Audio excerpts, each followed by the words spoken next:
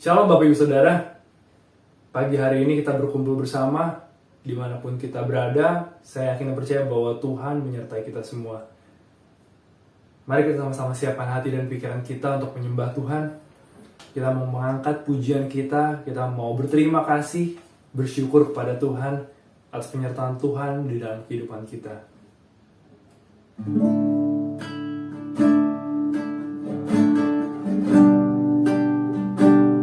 Kami datang pagi hari ini Tuhan,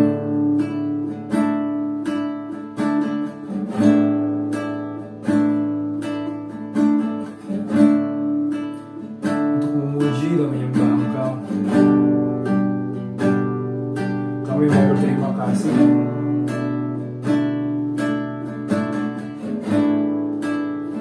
untuk kebaikan-Mu.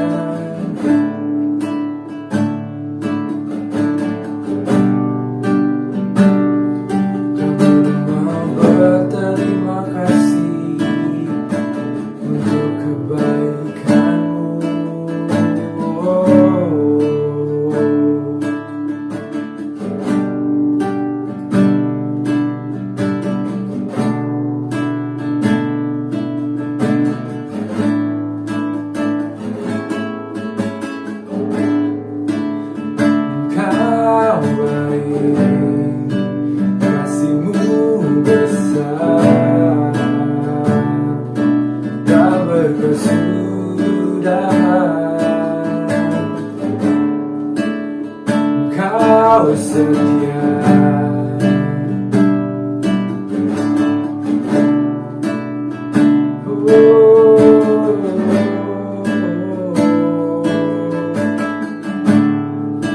kami berterima kasih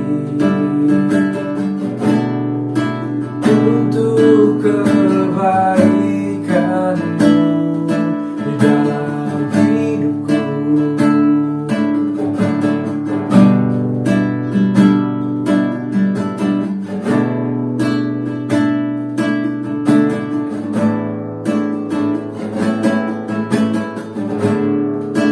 Kami naikkan syukur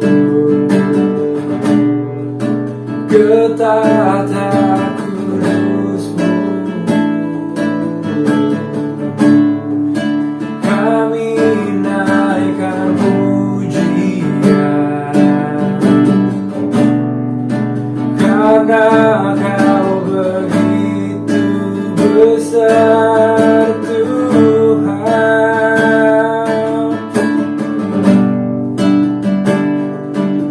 Engkau baik Tuhan, kasih-Mu besar.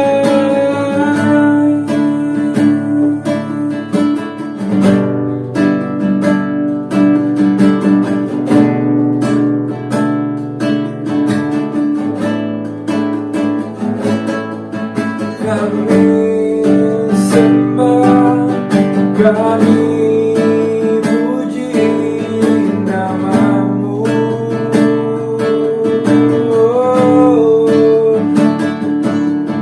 Kami sembah, kami naikkan syukur kami, sebab Engkau Raja kami.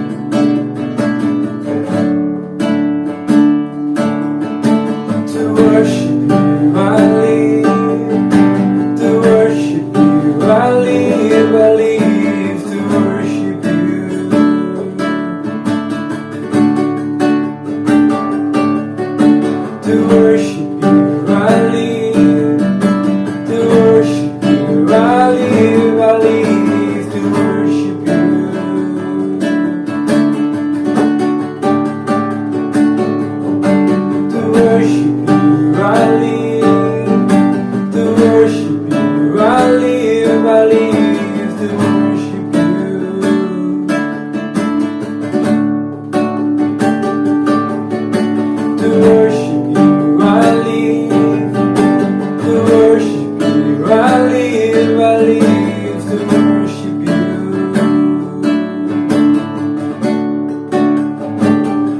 Oh,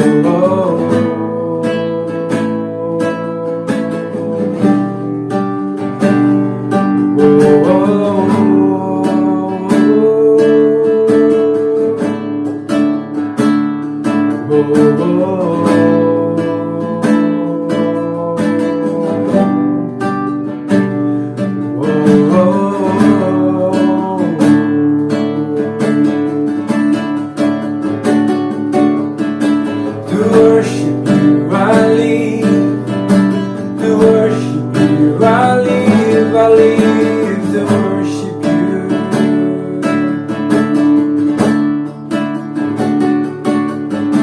To worship you I live, to worship you I live to worship you.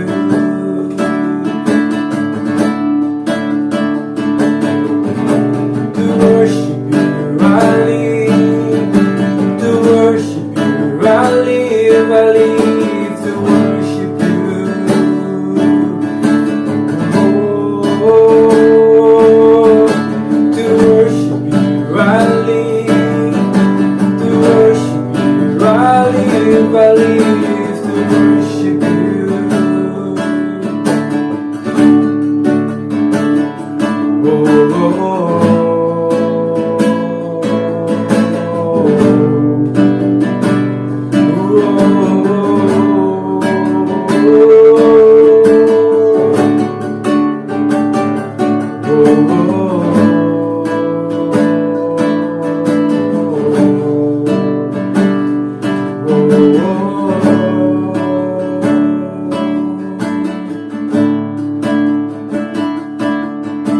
To worship you I live, to worship you I live to worship you.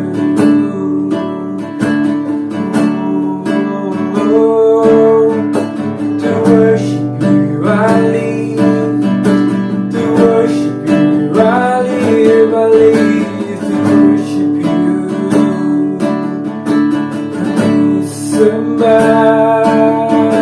Kami sembah Engkau, kami sembah Engkau karena Engkau layak disembah. Oh, ku puji namamu, ku tinggikan Engkau sebab Kau yang layak.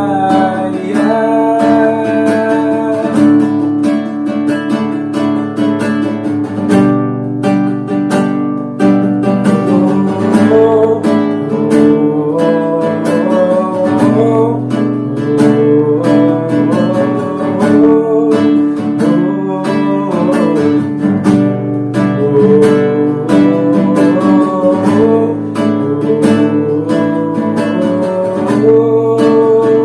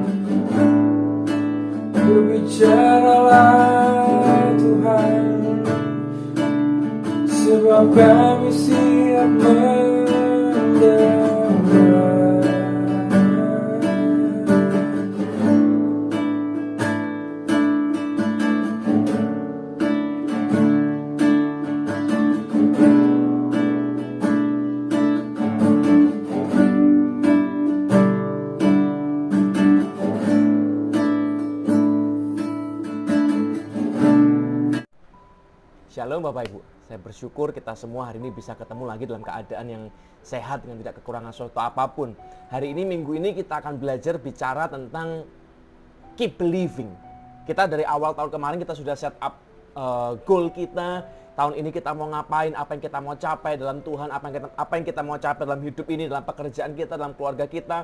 Kita sudah set up semuanya, kita sudah atur planningnya, kita bikin goal settingnya, kita siapkan segala sesuatunya, kita mulai upgrade diri kita mulai melakukan segala sesuatu untuk mencapai mimpi itu. Ini sudah berjalan hari ini, saat ini adalah bulan ke-8 dari tahun 2021. Sudah 8 bulan kita struggling dengan goal kita struggling dengan keadaan kita. Kita set up, nanti tahun ini saya kepingin, saya berharap hidup saya bisa mencapai A, B, C, D, E dan segala macam. Tapi tiba-tiba kita terhantam dengan pandemi COVID-19, kita kehilangan banyak hal, banyak sesuatu hal di luar kendali kita, di luar dugaan kita, di luar kekuasaan kita nggak sanggup untuk mengubahnya, dan terpaksa keadaan kita juga ikut berubah, mimpi kita ikut berubah, keadaan kita, goal kita, setting kita, strategi kita semua berubah. Tapi saya berdoa kita tetap bisa bertahan and keep believing, tetap percaya pada goal, pada tujuan, pada panggilan yang Tuhan sudah taruh dalam hidup Anda dan saya.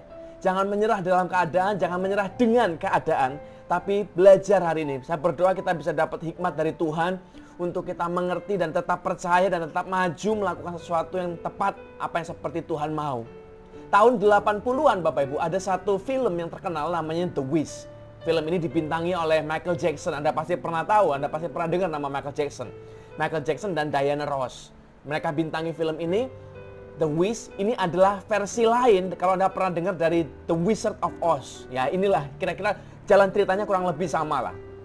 Nah, ada satu bagian dalam film ini di mana Michael Jackson menyanyikan sebuah lagu yang dia tulis, judulnya Believe in Yourself. Percayalah pada dirimu sendiri. Dan lagu ini memberi pesan mengubah dan menyentuh hidup jutaan orang kulit berwarna di Amerika, Bapak Ibu.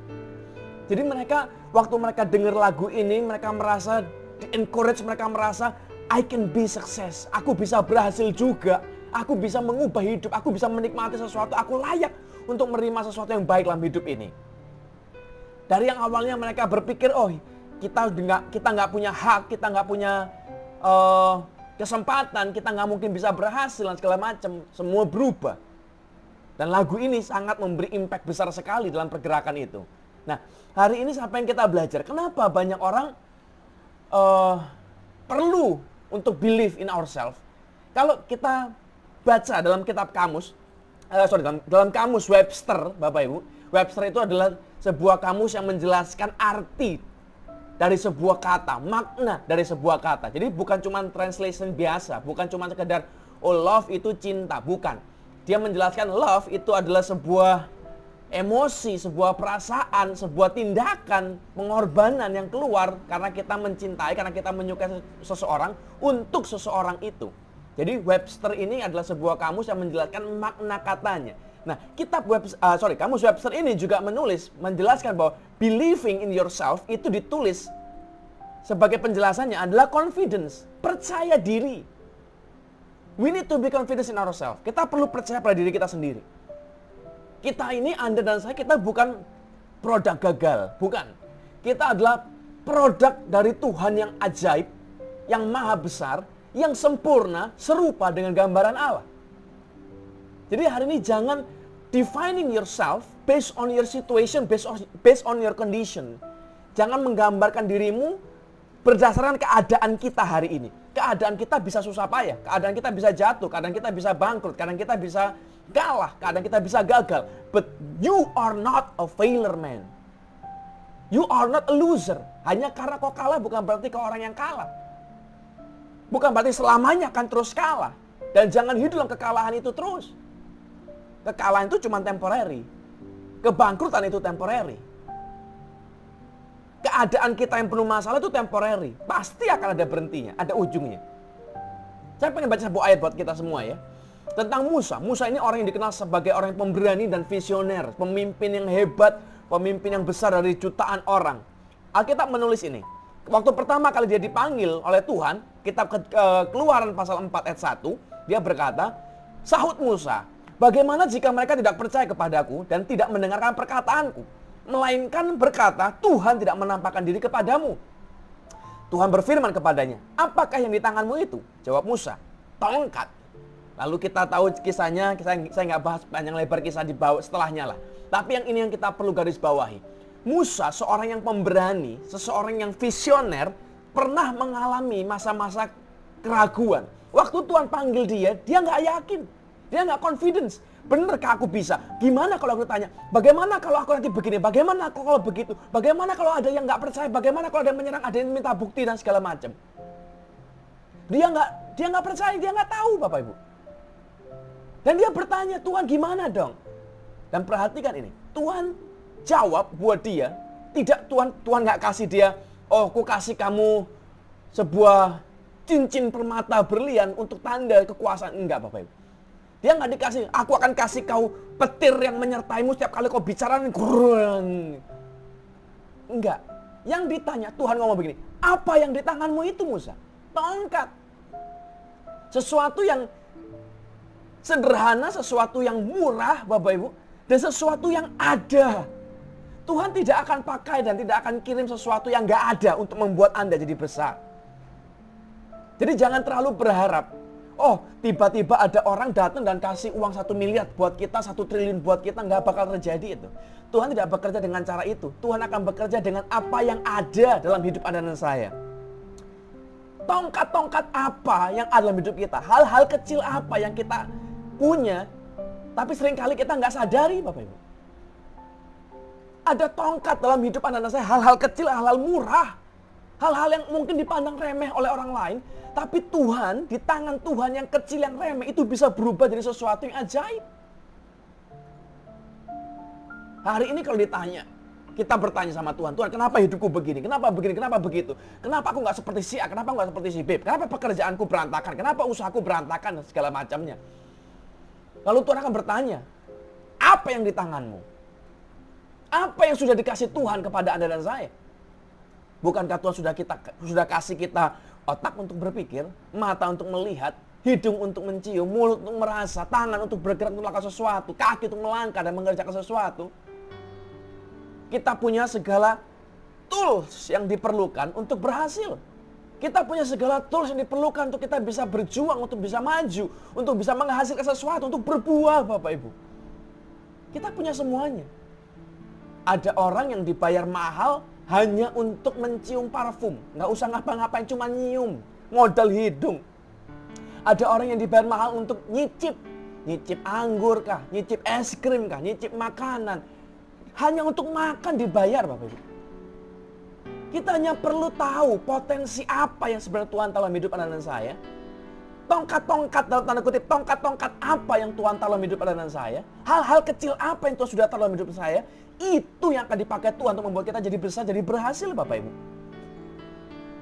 Jadi hari ini jangan berhentilah untuk meratap, berkeluh kesah dengan keadaan. Karena keadaan gak bisa diubah. Confidence, percaya diri, itu berarti kita harus tahu, harus sadar. Faith, iman itu juga bekerja di dalamnya. Iman itu artinya kita menyadari bahwa kita nggak berkuasa segala hal. Kita nggak bisa mengontrol segala sesuatu. Kita nggak bisa mengubah segala sesuatu seperti yang kita mau. Tapi kita bisa mengontrol sesuatu yang ada dalam kekuasaan kita. Jadi kalau kita berkata, aku sudah berencana ini dan ini, ternyata karena COVID semua berantakan. Ya sudah, move on dong. Jangan diratapi terus-terusan. Kita mau meratap, kita mau berkeluh kesah, keadaan nggak akan berubah jadi lebih baik. Jadi lebih buruk iya. So stop complaining. Be grateful, belajar bersyukur. Jangankan usaha kita yang bangkrut karena COVID. Saudara-saudara kita yang meninggal banyak Bapak Ibu. Anda pilih mana? Bangkrut atau meninggal? Lebih mending bangkrut toh. Bangkrut bisa bangkit lagi. Uang hilang bisa dicari lagi. Nyawa hilang. Habislah segalanya. Selesai kan hari itu. So, ada begitu banyak hal, alasan untuk kita bersyukur sebenarnya. Jadi jangan fokus dengan masalahnya, jangan fokus dengan beratnya, jangan fokus dengan susahnya, tapi fokus dengan Tuhan. Fokuslah bahwa Tuhan itu sedang menaruh sesuatu yang besar dalam hidup kita, yang seringkali kita anggap kecil Bapak Ibu. Kita anggap sederhana, kita anggap murah, kita anggap nggak bisa, kita anggap nggak berguna. Padahal itu yang akan membuat kita jadi berhasil. Alkitab kita penuh dengan kisah orang-orang biasa yang dipakai dengan cara yang luar biasa. Daud mengalahkan Goliat dengan satu buah batu dan ketapel.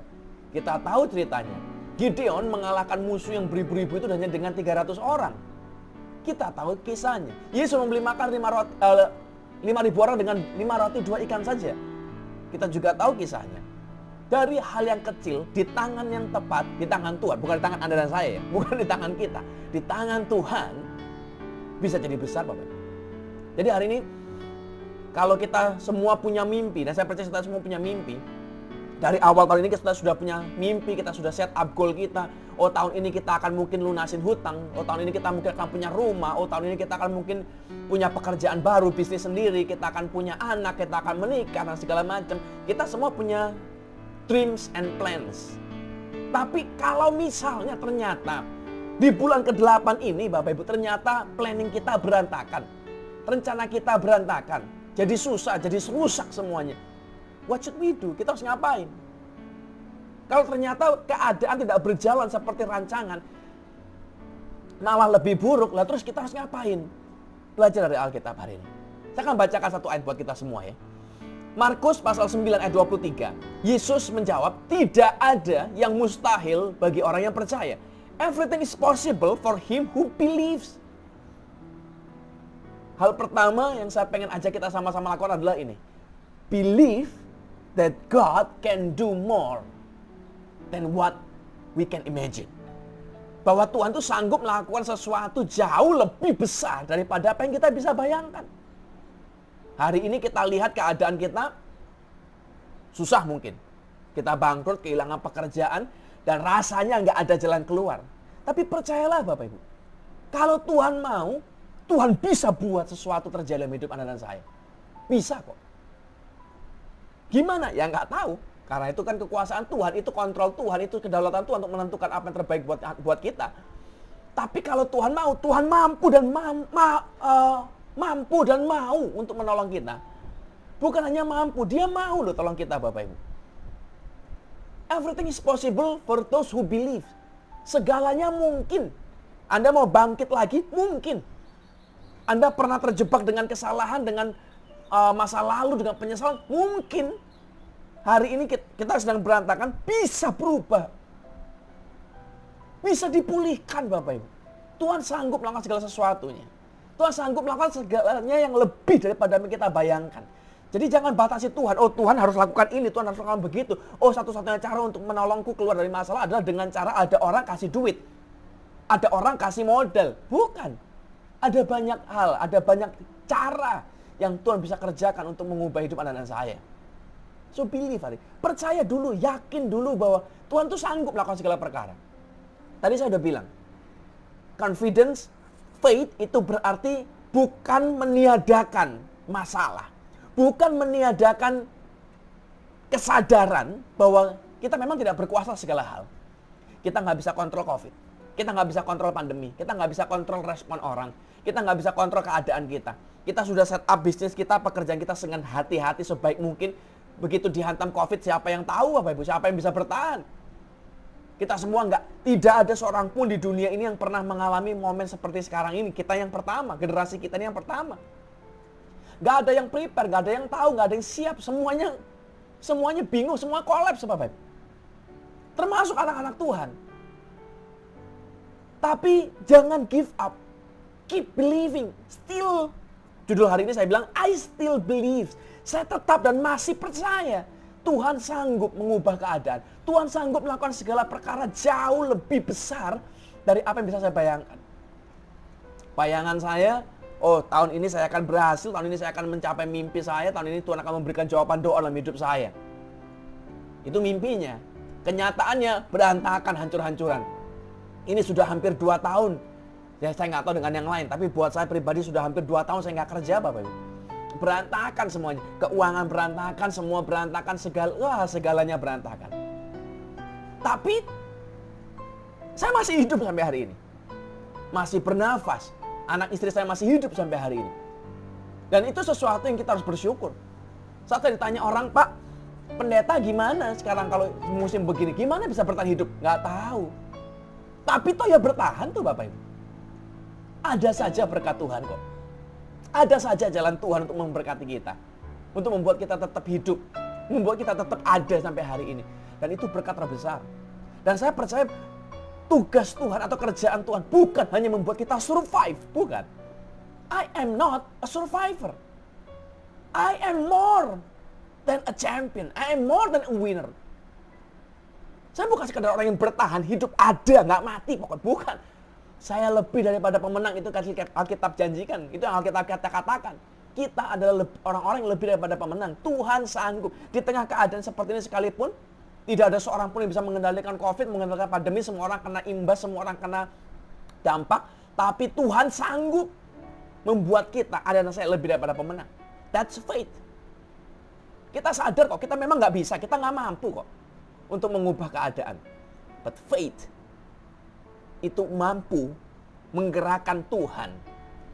Faith itu kuasa, satu kekuatan yang mengaktifkan kekuatan ilahi dalam hidup kita.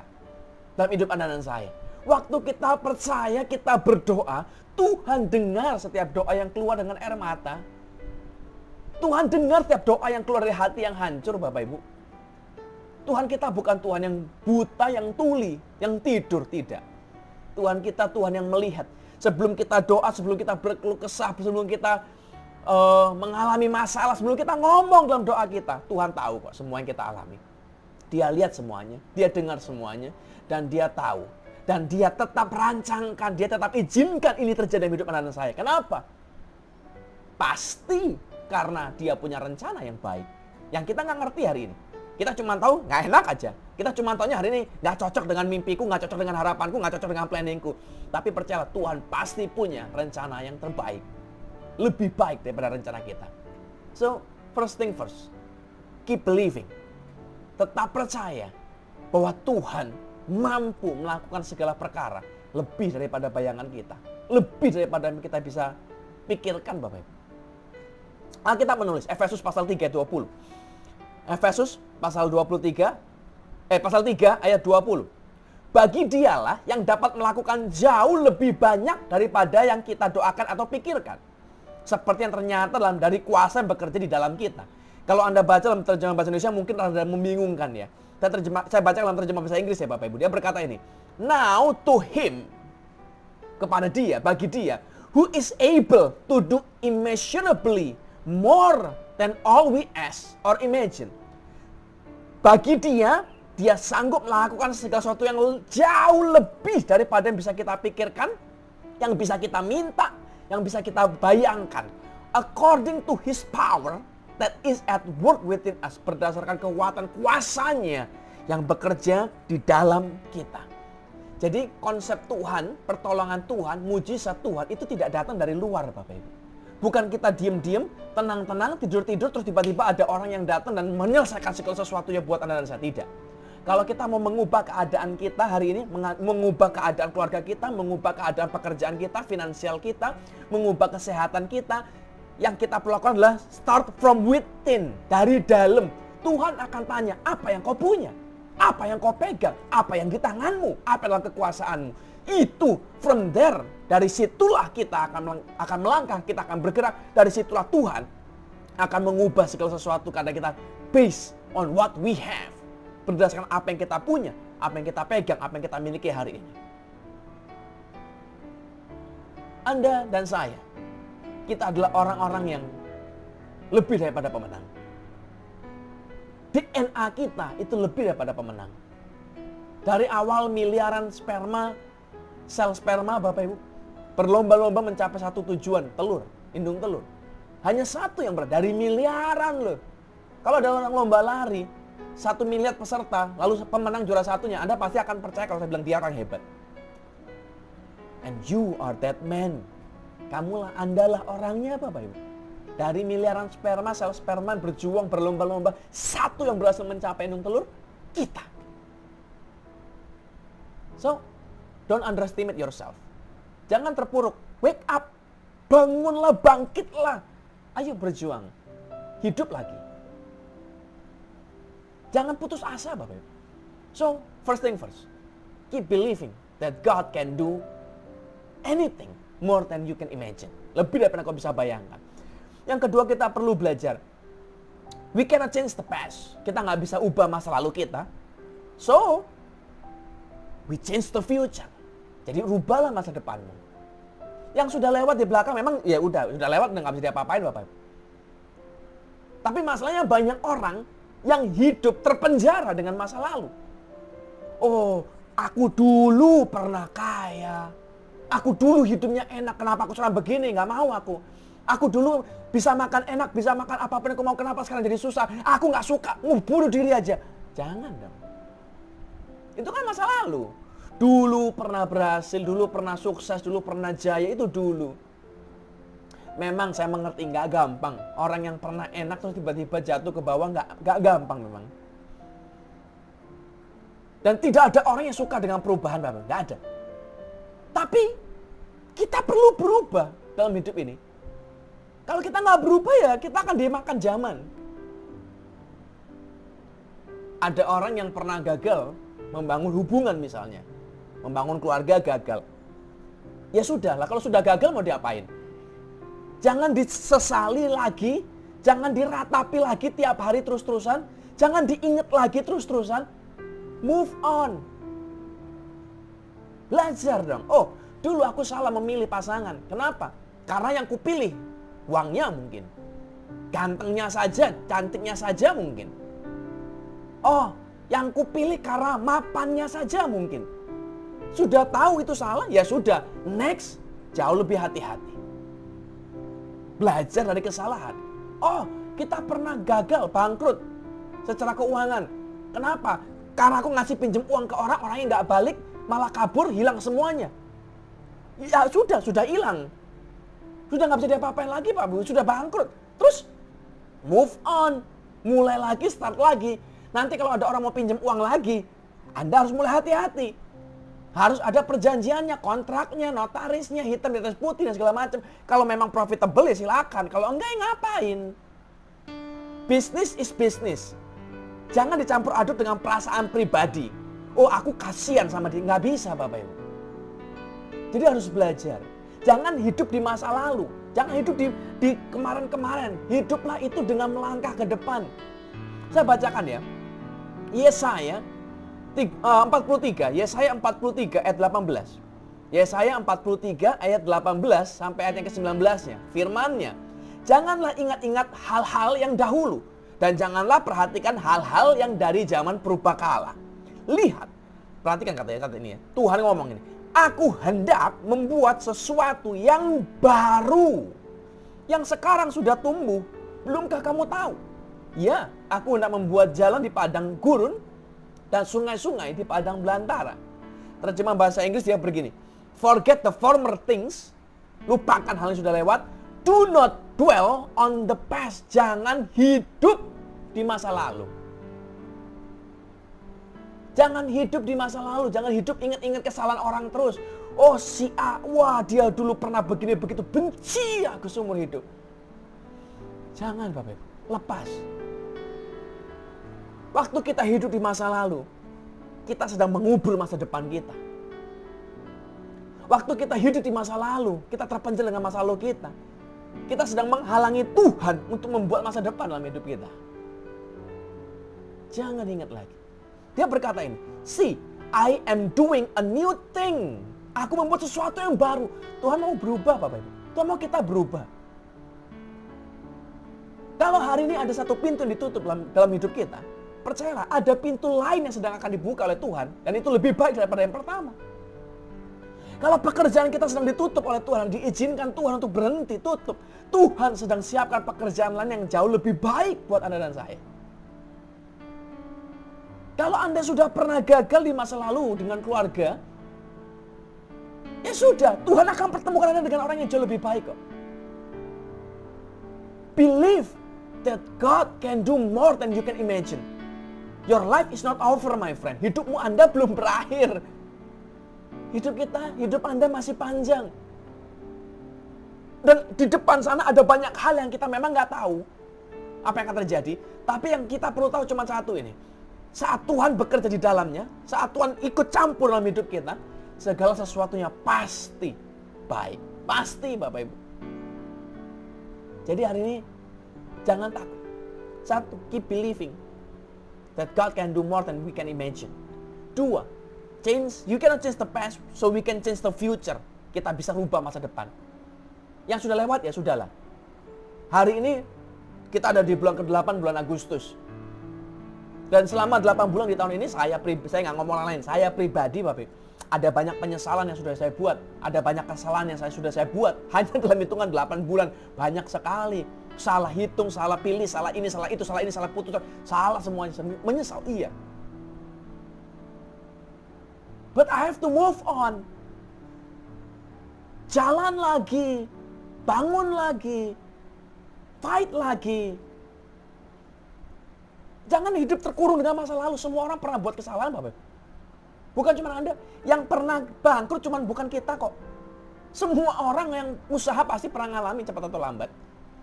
Yang pernah gagal dalam rumah tangga bukan cuma kita kok. Ada juga orang lain dan mereka bisa berhasil kedua atau ketiga kalinya mungkin. Ada yang mungkin bahkan keempat kali, tapi bisa. Saya tidak supporting perceraian, tidak. Tapi saya mau katakan bahwa hanya karena Anda bercerai bukan berarti hidup Anda berakhir, game over. Lalu Anda judge yourself, wah aku orang gagal, hidupku berantakan, aku udah nggak layak terima lagi yang baik. Udahlah siapa aja yang mau sama aku, usahaku terserah lah, ayo kawin lagi, nggak apa-apa daripada nggak laku. No,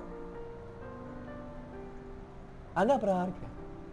Jadi lihatlah dirimu dengan, do not judge yourself based on your past. Jangan hakimi dirimu berdasarkan masa lalumu. You cannot change it. But you can change the future.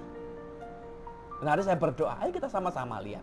Kita nggak bisa rubah selama sudah hampir 2 tahun ini COVID. Keadaan kita, usaha kita, pekerjaan kita semuanya berantakan. Mungkin kita nggak bisa rubah Bapak Ibu. Tapi kita bisa rubah yang ke depan ini ada apa. Dalam hitungan hampir 2 tahun ini kurang lebih.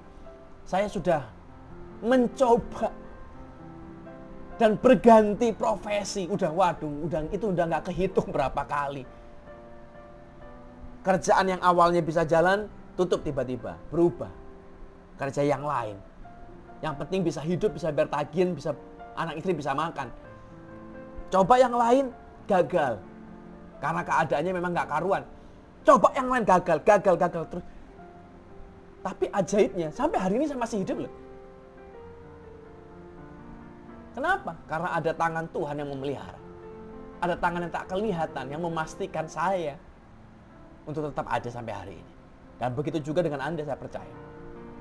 Ada kekuatan, ada kuasa, ada Tuhan yang menolong Anda dan saya. Jadi hari ini saya berdoa baik, sungguh-sungguh saya berdoa. Lupakan masa lalu. Lupakan kegagalan, lupakan masalah. Move on, change the future. Kalau kita bisa percaya satu bahwa Tuhan sanggup melakukan segala sesuatu, kita bisa move on, kita bisa keluar dari masa lalu, kita bisa maju dan mengubah masa depan, siap mengubah masa depan, baru kita bisa melakukan step ketiga dalam Alkitab kita. Step ketiga saya beri judul, saya kasih poin, the best time is now. Waktu yang terbaik adalah sekarang. Kalau kita perhatikan baik-baik Bapak Ibu, Tuhan itu dari kejadian, hari penciptaan manusia, dia berkata, berkuasalah atas segala binatang di muka bumi, bekerjalah, kuasailah semuanya, beranak cuculah, dan penuhilah bumi. Kita disuruh untuk bekerja, usahakanlah taman itu, berkuasalah atas binatang-binatang yang ada di bumi, atas semua pohon, tumbuhan, dan segala macam. Adam, namailah kepada semua binatang itu sesuai namanya masing-masing. Disuruh kerja Bapak Ibu, disuruh melakukan sesuatu. Kita itu dibuat Tuhan, dipersiapkan Tuhan, blueprint kita untuk bekerja, untuk melakukan sesuatu, to do something, to take initiative. Bukan cuma berdiam diri. Jadi kalau hari ini ada satu bagian yang ditutup dalam hidup kita, ya inisiatiflah, jalanlah. Kalau usaha Anda yang kemarin tutup, ya siaplah ganti haluan toh. Ganti pekerja, ganti bisnis, ganti core-nya. Ganti bidangnya. Mungkin orang berkata, Tapi sekarang ini waktunya nggak bagus untuk mulai usaha baru. Nggak pernah ada waktu yang bagus Bapak Ibu untuk mulai sesuatu yang baru. Tadi di awal saya sudah bilang, kita semua harus berubah. Kalau kita nggak berubah, mati kita dilindas zaman. Nenek-nenek moyang kita, orang tua kita, zaman-zaman dulu, pendahulu-pendahulu kita, mereka bisa berhasil hanya dengan jualan di rumah. Misal ya, kalau mungkin ada kakek kita, nenek kita, atau orang tua kita ngomong, dulu aku jualan bisa kok di rumah, kamu juga bisa dong. Dulu nggak usah pakai kalkulator, nggak usah pakai pembukuan, nggak usah pakai rekening bank, nggak usah pakai cek, nggak usah pakai giro, nggak usah pakai LC, nggak usah pakai apa-apa, bisa kok, buktinya berhasil. Kamu bisa hidup, makan sampai gede, punya rumah, bisa kok. Itu zaman dulu. Nggak usah sekolah, nggak apa-apa, bisa kok. Yang penting kerja keras. Itu zaman dulu. Maaf ya, kalau gaya lama dipakai ke gaya sekarang modern, mati kita. Zamannya berubah. Cara orang transaksi berubah. Cara orang berpikir berubah. Hari ini kita nggak punya rekening bank misalnya. Mati kita. Kita mau jualan pakai apa terusan? Bisa sih, tapi dengan sangat terbatas sekali kan. Jumlahnya terbatas, transaksi terbatas, semua terbatas. Kalau terus-terusan begitu, apa bisa berhasil? Enggak, Bapak. Hari ini kita cuma modal di rumah, diem-dieman, nunggu pembeli datang. Mati kita. Kenapa? Zamannya berubah. Dulu orang ngomong, oh bakmi yang enak di situ tuh. Itu dulu Bapak Ibu. Sekarang orang nggak ngomong, orang foto, orang video, di post, lihat sendirilah. Carilah sendiri, cobain sendiri. Nggak ada lagi yang ngajakin, nggak ada lagi yang, ayo kita ke sana, yuk itu enak banget di situ. Nggak ada Bapak Ibu, berubah hari ini. Jadi zaman lama, bukan salah ya, tidak. Zaman gaya lama, berhasil di gaya itu di zaman itu. Dibawa ke zaman sekarang nggak bisa. Cara kita hari ini berbisnis, cara kita bekerja hari ini, juga nggak akan mungkin bisa dipakai 50 tahun ke depan. 50 tahun ke dari sekarang mungkin orang sudah nggak jualan lagi. Orang udah pakai robot mungkin. Kita sekarang masih kirim mungkin manual, oh kirim surat, kirim parcel. Mungkin besok 50 tahun lagi sudah nggak pakai itu. Orang pakai jet sendiri tanpa pengemudi mungkin. Tinggal dicentelin di kayak drone, kayak mainan begitu. Pesawatnya terbang sendiri, ngantar sendiri, pulang di. Nggak tahu apa itu. Tapi cara kita nggak bisa dipakai terus-terusan. Kita perlu berubah, we need to change. And the best time to change is now. Jadi jangan pernah bilang, waktu ini nggak pas, lagi pandemi gini kok mau usaha baru. Nggak ada waktu yang pas. Lagi pandemi begini ngapain kawin? Nggak ada waktu yang pas. Maria misalnya, kita lihat ya di Alkitab ya Bapak Ibu. Ada banyak sekali orang dan semua orang di dalam Alkitab kita, semuanya diinterupsi hidupnya oleh Tuhan. Dan mereka nggak punya pilihan. Tapi seandainya bisa milih, contoh, misal Maria ya, Marianya Ibu Yesus. Kita tahu kisahnya, dia dapat mimpi. Maria, kamu dapat kehormatan, kamu dapat kemuliaan untuk mengandung anak Allah, Yesus. Tanpa suami, tanpa laki-laki, tanpa hubungan intim. Mengandunglah dia dan melahirkan anak laki dan haruslah kau beri nama dia Yesus. Pertanyaannya adalah Bapak Ibu, when is the best time to get pregnant without a husband? Coba jawab. Kapan kira-kira waktu yang terbaik? Kalau si Maria bilang, this is not a good time. Nggak mau aku mau tunggu waktu yang baik. Oke, kapan waktu yang baik untuk Anda hamil tanpa suami, tanpa laki-laki? Kapan? Anda yang jawablah. Alkitab menulis yang lain, Petrus misalnya. Petrus itu dapat kemuliaan. Dia satu-satunya orang sepanjang sejarah selain Yesus ya, yang berjalan di atas air Bapak Ibu. Hebat. Dan kalau ditanya, banyak orang juga akan berkata, aku pengen seperti Petrus. Hebat sekali. Pertanyaannya, when is the best time to get caught in the storm? Kapan waktu yang pas, yang terbaik untuk kejebak dalam badai besar? Kapan Bapak?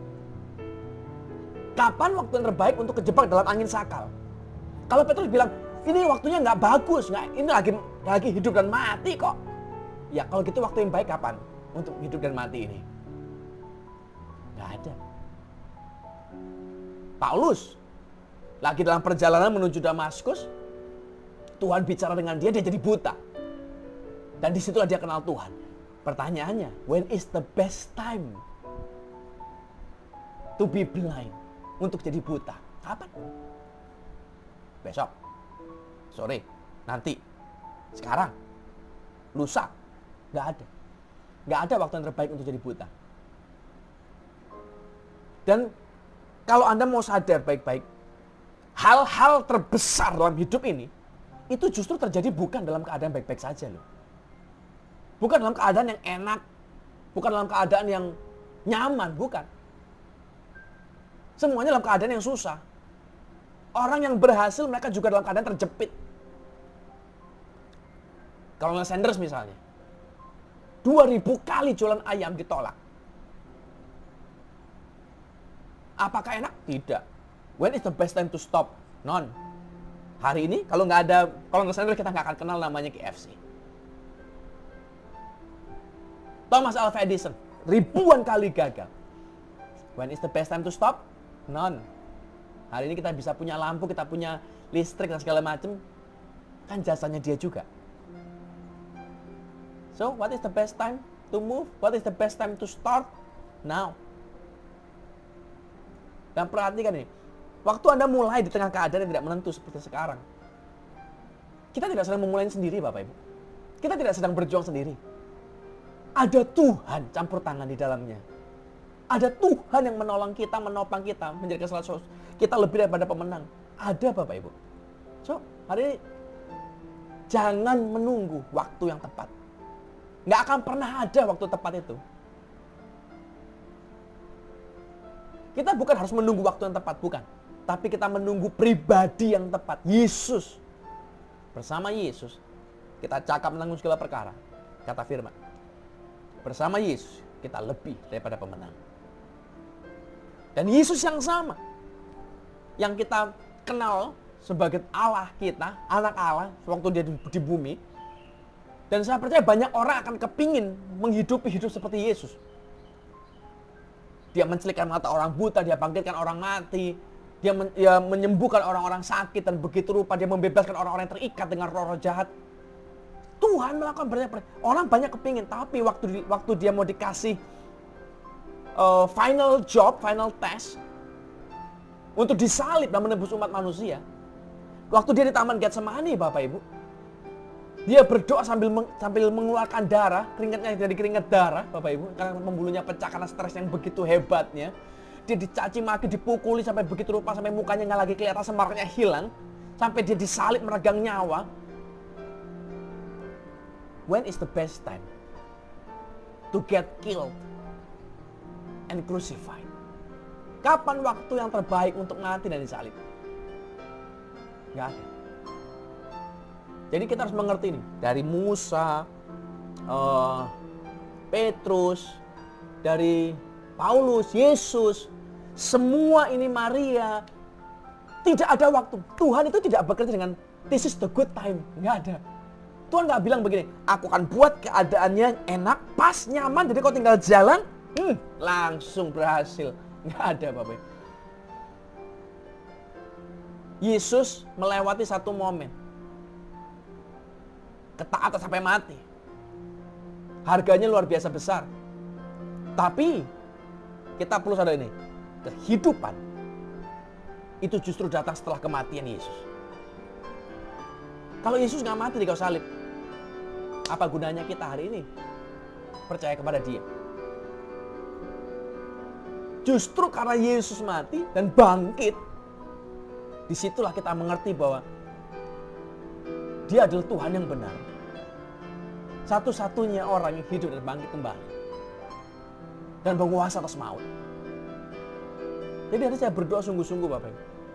Kalau Anda merasa Anda sedang ditinggalkan, Anda sedang sendirian, Anda sedang gagal, terpuruk, tidak ada lagi orang yang peduli, tidak ada lagi masa depan buatmu. No, you're wrong. Anda salah. Ada Tuhan. Ada Tuhan yang merancangkan segala sesuatu yang baik buat kita. Dan kita perhatikan dari semua orang itu, mereka melewati masa sukar untuk mencapai kemuliaan. Petrus harus mengalami badai sakal dulu. Maria harus melewati hinaan, hujatan orang dulu. Paulus harus melewati buta dulu. Yesus pun harus melewati masa-masa penganiayaan begitu besar dulu. Jadi jangan heran kalau untuk mencapai kemuliaan itu justru malah bukan waktunya yang tepat biasa datang, tapi justru datang di tengah-tengah masalah, struggling, hardship yang berat. Tuhan tidak pernah, saya ulang ya, Tuhan tidak pernah menyiapkan waktu yang tepat untukmu dan saya. No, Dia menyiapkan kita untuk menghadapi waktu yang tidak tepat itu. Dia menyiapkan kita untuk percaya dan melangkah bersama pribadi yang tepat itu, Yesus. So, keep believing. Yang pertama. Yang kedua, start to change your future. Yang ketiga, the best time is now. Mulailah sekarang. Kalau Anda sudah set up goal, ternyata hari ini berantakan, rusak, do it again. Lakukan lagi, bangun lagi, bangkit lagi, berjuang lagi. Hanya mungkin berbeda cara. Berbeda bidang mungkin. Berbeda core-nya mungkin. Tapi I move on. Fight again. Yang keempat hari ini. Be a player to win the prize. To win the race. Jadilah pemain yang terlibat langsung supaya kita bisa menang. Dan saya sadar bahwa ada banyak hal dalam hidup ini yang bisa jadi alasan untuk kita berhenti. Banyak Bapak Ibu. Kecewa, pahit, kesalahan, kelemahan, kegagalan, banyak sekali. Dan saya pribadi berkata, Anda nggak salah kok. Kalau Anda mau berkata, aku stop, aku udah capek, udah lelah. Anda nggak salah. Tapi Anda sedang kehilangan sesuatu yang besar. Jadi ini sekarang sudah bukan masalah benar atau salahnya kita. Bukan. Kita siap atau tidak menanggung konsekuensi yang di belakangnya dari hasil pilihan kita hari untuk berhenti atau tidak. Saya berdoa sungguh-sungguh Bapak Ibu. We need to have a determination. Kita harus punya tekad. Willpower. Determination itu lebih daripada sekedar kalau bahasa Inggris berkata hard-headed, kepala batu. Determination, tekad itu berarti bukan cuma sekedar kepala batu, lebih dari itu. Aku akan mencapai tujuanku. Apapun yang terjadi. Berapapun harga yang dibayar.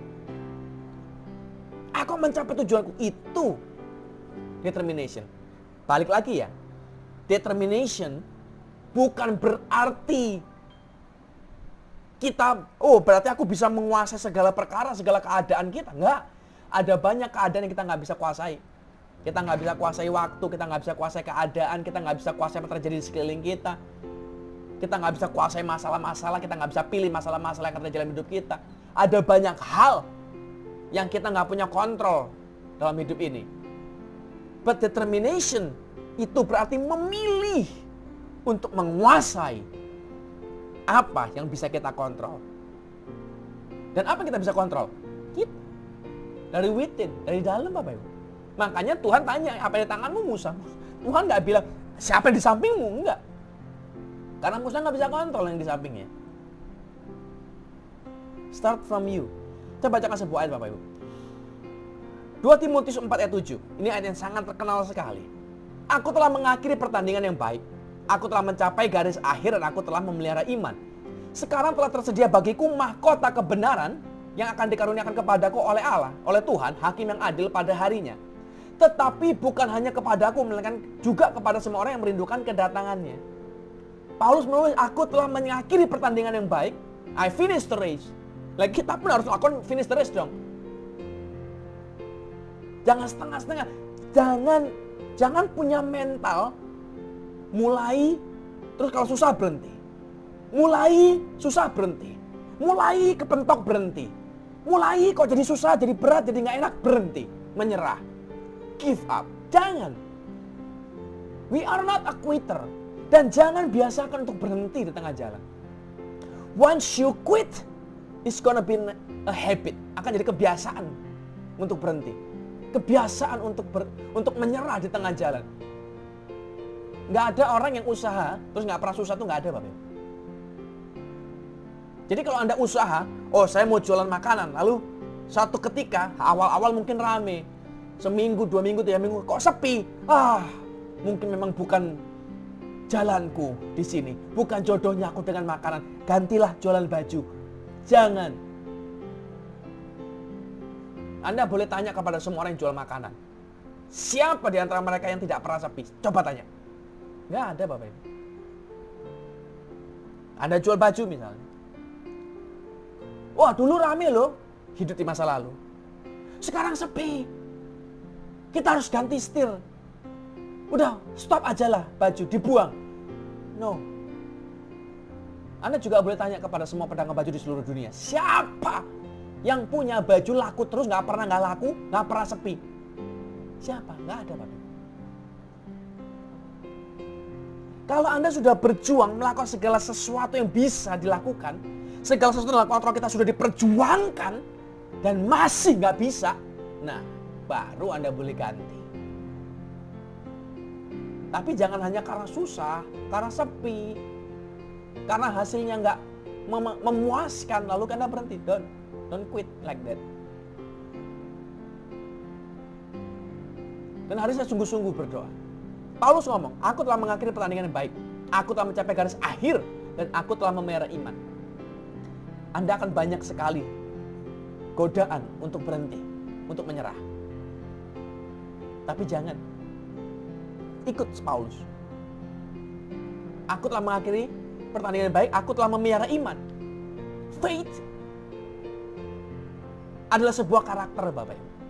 Faith itu bukan perasaan. Oh, iman, rasa-rasanya aku percaya.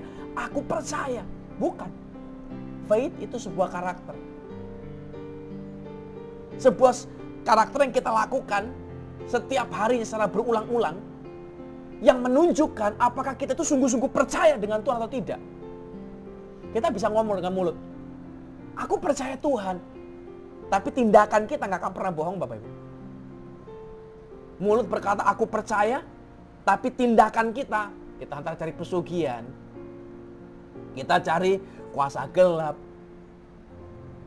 kita mulai bikin dosa aneh-aneh, kita menyerah, kita ngerusak hidup, ngerusak badan. Jangan.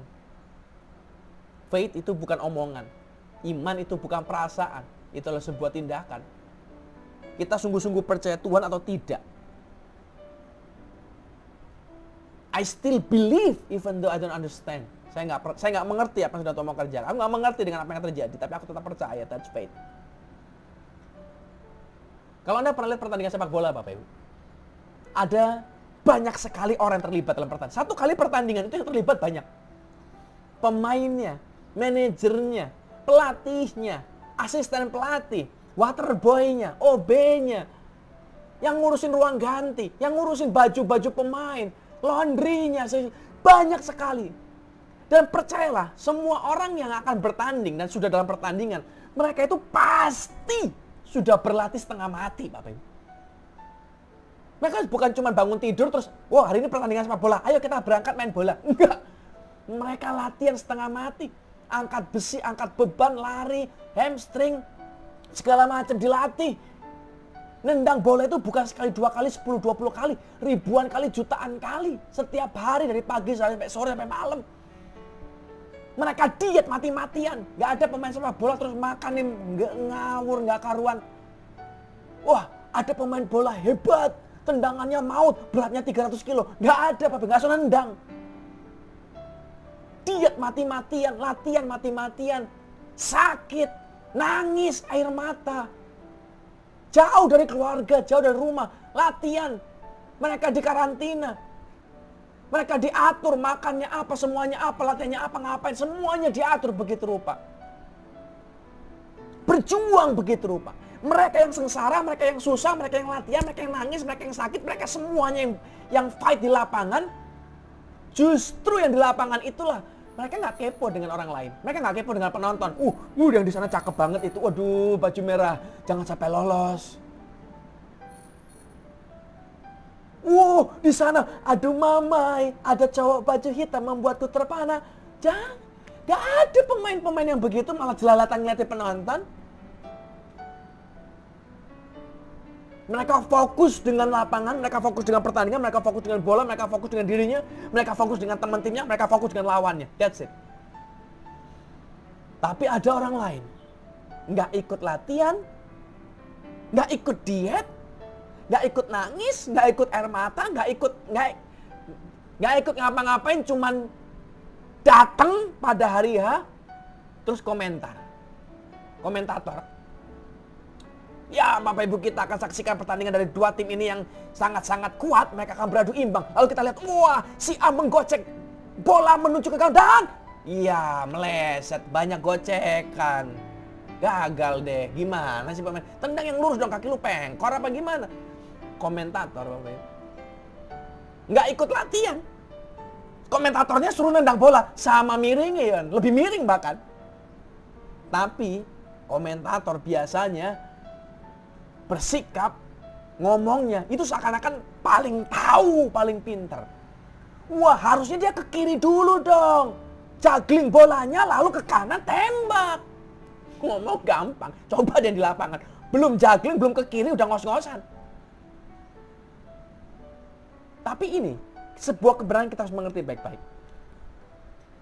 Sehebat apapun komentatornya dalam sebuah pertandingan, ya, sejago apapun komentatornya, tidak pernah ada satupun komentator yang dapat piala.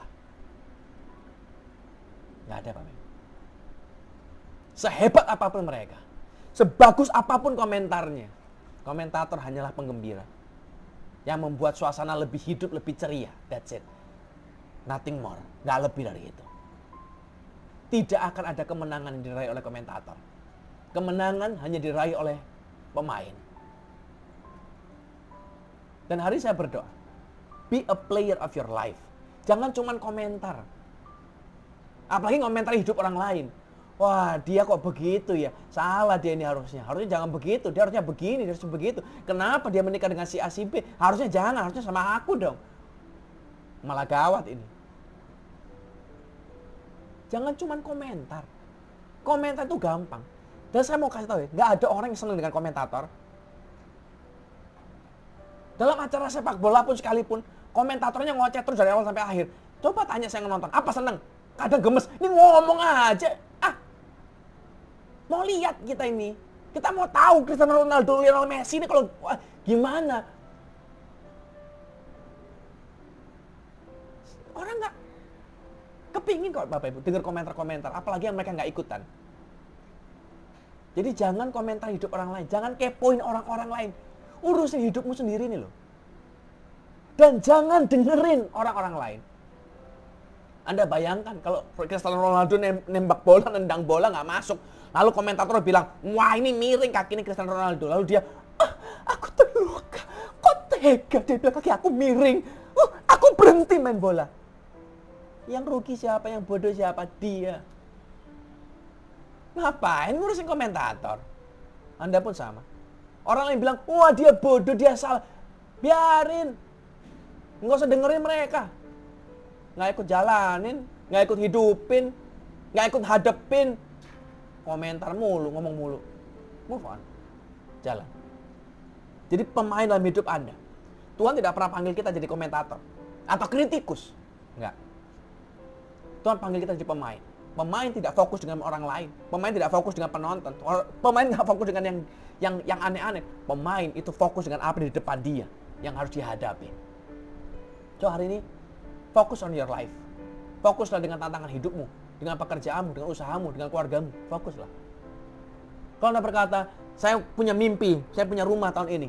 Saya sudah ambil KPR, ternyata berantakan, susah. Gimana dong sekarang? Fokuslah. Fokuslah dengan apa yang ada. Tidak ada pertandingan yang gampang, itu nggak ada, Bapak. Wah, enak ya, pertandingan kita gampang. Nggak usah ngapa-ngapain, tinggal bolanya masuk. Nggak ada. Semua kemenangan itu perlu perjuangan. Jadi hari ini jangan lebay, jangan alay, jangan lemah. Oh, susah. Semua susah. Nggak ada orang nggak susah itu. Zaman sekarang nggak ada orang yang nggak susah, Bapak Ibu. Mau yang kaya, mau yang nggak kaya, semua susah. So stop complaining. Move on. Maju lihat. Keep believing. Change the future. Start now.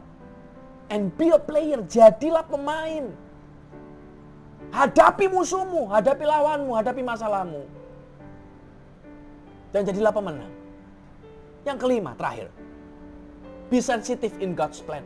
Jadilah sensitif dengan rencana Tuhan. Amsal 3 ayat 5. Amsal 3 ayat 5.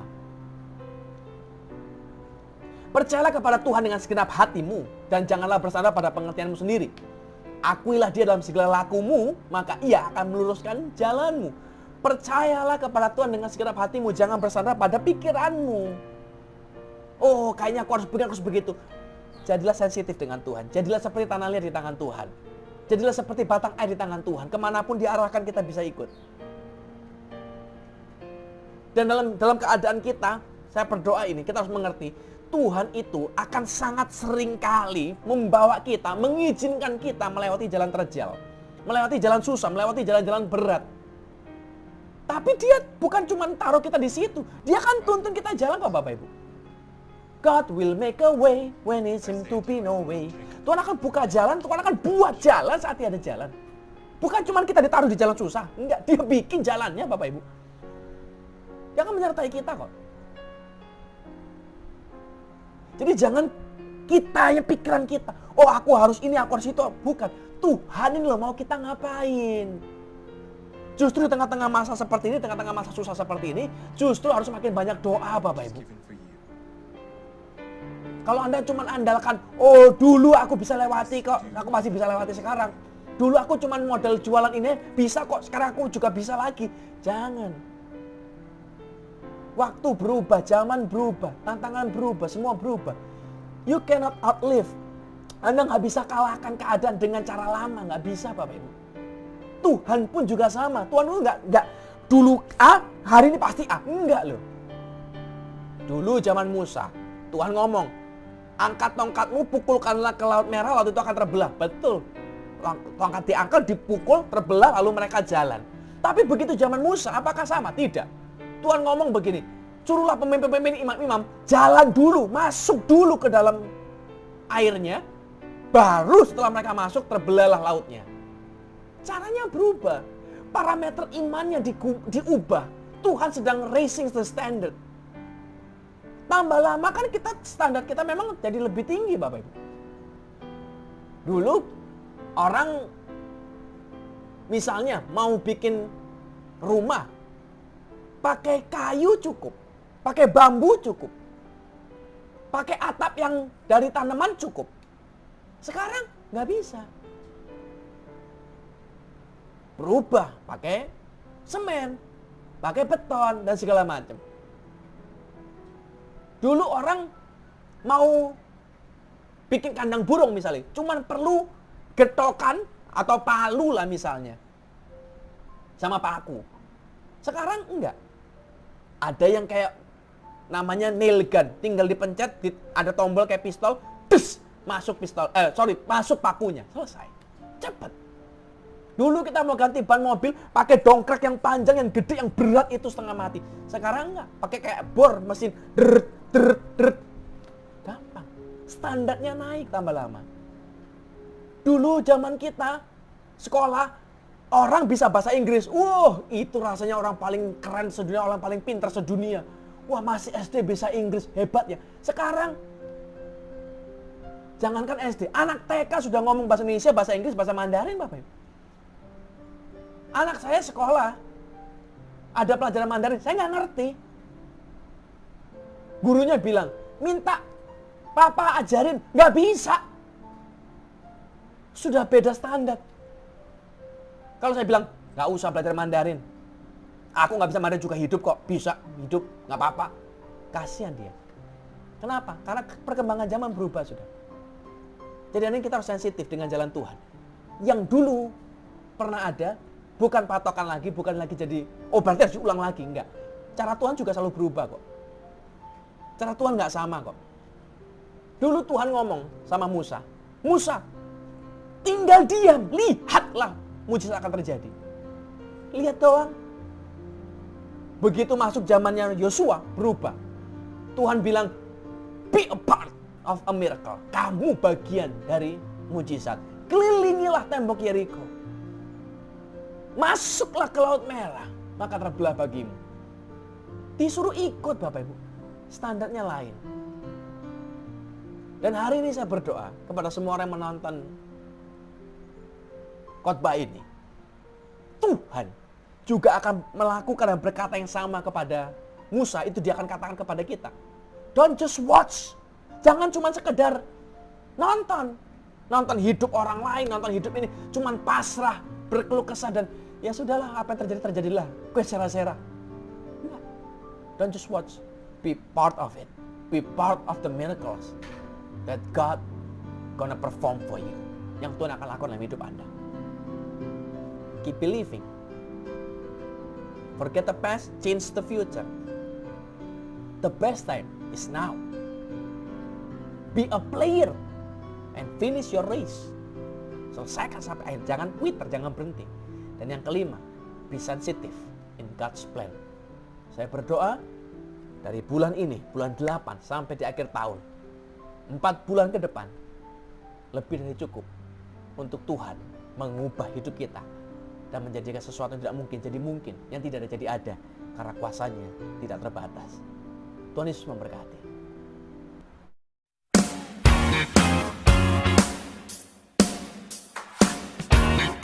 Terima kasih sudah mengikuti ibadah online hari ini.